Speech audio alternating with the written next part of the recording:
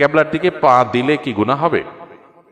কেবলার দিকে পা লম্বা করে কেউ ঘুমাইলেন, শুইলেন, বসলেন, এটা গুনাহ হবে কিনা, এই বিষয়ে ওলামায়ে আহনাফের মতে এটা মাকরুহ, অনুচিত। কেবলার প্রতি সম্মান প্রদর্শনের অংশ হিসাবে এটা করা উচিত নয়। কারণ নবী করিম সাল্লাল্লাহু আলাইহি সাল্লাম কেবলার দিকে ফিরে পেশাব পায়খানা করতে নিষেধ করেছেন, পরিষ্কার হাদিস রয়েছে।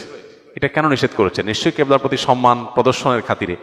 সো পাও লম্বা করে কেবলার দিকে যদি আমরা বসি, তাহলে কেবলার দিকের বা কাবার প্রতি বাহ্যিক দৃষ্টিকোণ থেকে অসম্মান হয়। আমাদের সমাজে কারোর দিকে পাও লম্বা করে বসলে এটা তার প্রতি অসম্মান এবং অবজ্ঞা প্রদর্শন হিসেবে বিবেচনা করা হয়।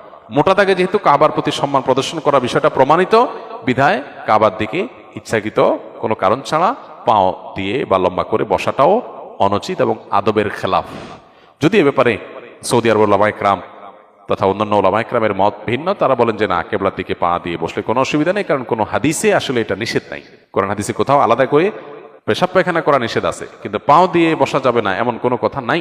অতএব এটাতে অসুবিধা নেই। দুই পক্ষেরই যুক্তি আছে, প্রমাণ আছে, ইজতিহাদি বিষয়। সতর্কতা এবং অধিকতর নিরাপদ মত হলো যে কেবলার দিকে ইচ্ছাকৃতভাবে পা না দিয়ে বসা, কেবলার প্রতি সম্মান প্রদর্শনের জন্য।